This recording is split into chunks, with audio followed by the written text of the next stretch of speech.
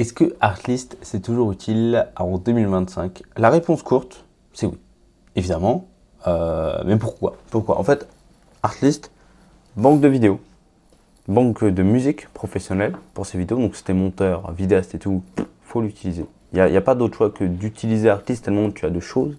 Tu as de la voix off maintenant qui est arrivée avec de l'IA, donc tu peux générer toutes les voix off que tu veux. Et pour finir, on a le générateur de vidéos qui vient d'arriver et qui est carrément mieux que VO, qui est mieux que n'importe quel autre générateur de vidéos. C'est absolument incroyable tout ce que tu peux avoir dessus.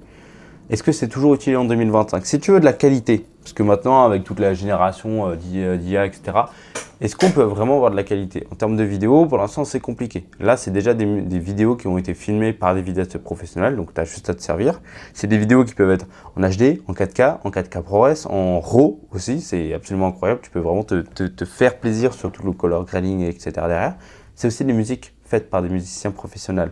Alors je sais que, et je le fais aussi, je génère de la musique et tout, je génère de la house pour me faire plaisir, pour faire du DJ et tout, mais c'est complètement différent d'avoir une musique cinématique avec des violons, etc., qui sont vraiment pensés, etc., pour ça. Tu as juste à piocher et en 5 minutes, tu trouves la musique qu'il te faut pour ta vidéo, tu vois. Au lieu de galérer 1 heure à essayer de générer une musique avec de l'IA, etc., non, là tu prends une IA qui est déjà faite.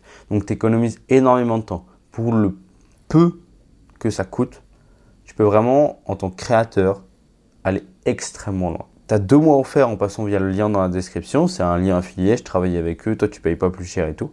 Mais c'est un outil que j'utilise depuis peut-être 3-4 ans. Je crois 3-4 ans que j'utilise Artlist et j'ai jamais été déçu. Ils ajoutent toujours de nouvelles fonctionnalités. Au début, il n'y avait que la musique. Et au bout d'un moment, ils ont commencé à ajouter la vidéo, puis les SFX, il y a aussi beaucoup de sound design. Ça, c'est trop bien. Au lieu d'aller sur une banque de machin, puis une autre banque de machin, puis une autre banque de machin pour voilà, et payer 4 abonnements différents, tu payes tout sur le même abonnement et tu as absolument tout. Donc c'est pour ça que moi je te conseille d'aller sur Artlist et pas sur Epidemic Sound ou des conneries comme ça. Ça sert à rien. Il n'y a pas tout ce qu'il y a sur Artlist dessus.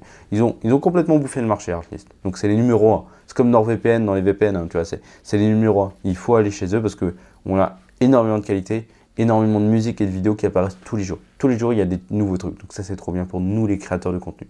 Donc voilà, est-ce que c'est toujours utile en 2025? Évidemment, et ce sera toujours utile dans les prochaines années, encore et encore. Si ça t'intéresse, tu as 2 mois gratuits en passant via le lien dans la description pour tester, pour t'amuser. Et puis voilà, moi je te fais des gros bisous et à très vite.